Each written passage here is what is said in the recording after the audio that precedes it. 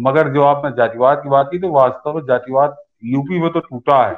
अगर यूपी में ना टूटा होता तो 2014 में नरेंद्र मोदी को समझिए 73 सीटें गठबंधन मिला के, 2017 में 3/4 सीटें, अब की फिर 2/3 सीटें 22 में, और आने वाला 2024 भी इसी तरह का रिजल्ट देगा।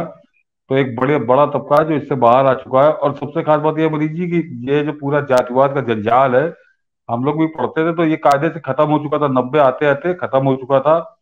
ये बाद में यही इसी तरह के लालू मुलायम, इस तरह के जो खिलाड़ी आए राजनीति के, इन्होंने राजनीति के चक्कर में उसको फिर बढ़ाया और उसका इन्होंने मौज ली। समझिए 90 के बाद 2014 तक, प्रधानमंत्री मोदी के उभरने तक, इन्होंने उसी दम पे खूब कार्ड खेला, जम के खेला। बसपा उसी शैली में चल रही थी। लेकिन इसका जातिवाद का बेड़िया टूट रही कि नहीं, इसका सबसे बेहतरीन कसौटी अब चुनाव है, क्योंकि राजनीति के समय ही इस चीज को खूब उभारा जाता है।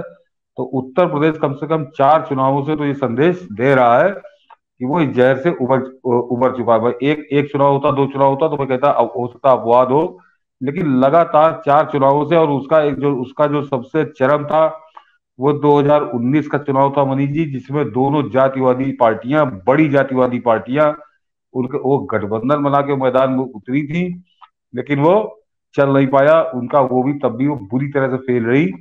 तो अब ये जातिवाद के लिए आम आदमी कोई जिम्मेदार नहीं, कुछ लोग होते हैं, हमेशा हमने कहा एक तबका होता है जो विरोध करता है, वो है। लेकिन जातिवाद का जहर कम से कम उत्तर प्रदेश में बहुत कम हो चुका है, तो उसकी चर्चा ज्यादा करके उसको बढ़ाने की जरूरत नहीं है। कुछ जैसे मरीज जी गवाह, अगर आप हमारे हम लोग के नियमित दर्शक हो तो मैंने आपको ध्यान होगा कि उत्तर प्रदेश विधानसभा चुनाव के समय मैंने कहा था कि स्वामी प्रसाद मौर्य भी चुनाव हारेगा और धर्म सिंह सैनी भी चुनाव हारेगा, और ये राजभर ओम प्रकाश राजभर भी चुनाव हारेगा। उसमें ओम प्रकाश राजभर का मेरा आकलन गलत हो गया, वो जीत गया चुनाव, लेकिन वो अपनी वजह से या जातिवाद की वजह से नहीं जीता। अगर उसका बड़ा जातिवाद का होता तो उसका लड़का 40-45 हजार वोटों से ना हारता उसकी बनारस में, वो गाजीपुर से था। ओम प्रकाश राजभर के हार जीतने का कारण वो मुस्लिम वोटों का सेंट्रलाइज हो जाना, जो एक मुस्लिम होते हो, मैं उस महिला का प्रशंसक हूँ कि वो शादा फातिमा शायद नाम था उनका, कि उनको मुस्लिम ने वोट ही नहीं दिया। वो ये कल्पना मैंने नहीं की थी कि इस तरह से मोबिलाइज हो जाएगा, अन्यथा ओम प्रकाश राजभर भी चुनाव हारा होता। तो ये समझिए अगर ये बड़ा जातिवाद का ही सब चल रहा होता यूपी में, ये परिणाम आपको ना मिलते। मैंने 2017 ये जो 22 का चुनाव, मैंने कहा था कि स्वामी प्रसाद मौर्य अपना चुनाव हार जाएगा, जिताने का ठेका तो इसका दूर की बात है। और अब की 2024 में इसकी और बुरी गत होगी, आप देखिएगा, ये हो सकता है चुनाव मैदान में उतरे ही ना, तो वो बिल्कुल सर, यूपी तो मुझे बाहर आ लगता है चुका कि है। लगातार ये यूपी, खास करके पूर्वी उत्तर प्रदेश को ये बीमारी ज्यादा थी, और मुझे लगता है कि उत्तर हाँ प्रदेश इससे निजात पा रहा है। बिहार को हाँ। सीखने की जरूरत है, बिहार को यूपी हम्म। से, गुजरात से बदले, क्योंकि सबसे बेहतरीन तरीके से बिहार यूपी से ही सीख सकता है, क्योंकि कल्चरली भी एकदम से अब मिलता जुलता है, भाषाई सोच मिलती जुलती है, जातिगत समीकरण मिलता जुलता है पूर्वी उत्तर प्रदेश से। इसीलिए बिहार जो बर्बादी की राह पर आज भी जा रहा है, मुझे दुख होता है कि आज भी लालू यादव के बेटे को देख करके भी, जो 150 करोड़ की उसकी कोठी को देख करके भी बिहार के जातिवादी नशेरी कह रहे हैं कि वो अभिमन्यु है, इस बिहार को भगवान बचाएगा।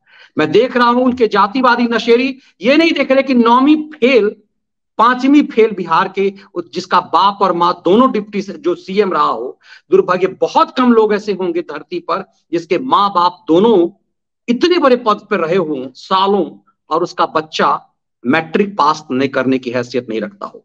और उस लालू ने जातिवाद का नशा डाल करके पूरी जिंदगी सिर्फ अपने बेटे का करियर बनाया, और बिहार के नशेरी जातिवादी लोग अपने बच्चों के करियर को तबाह करके लालू के बच्चे की करियर बना रहे हैं।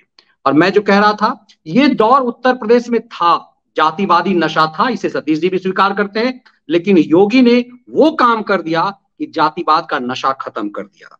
और यदि जब तक जातिवाद रहेगा तब तक हर राज्य को बिहार से सीखने की जरूरत है कि बिहार एक योग्य, यूपी में भी लोग कहते थे कि बिहार के लोग इतने काबिल होते हैं लेकिन सबसे बदहाल क्यों है।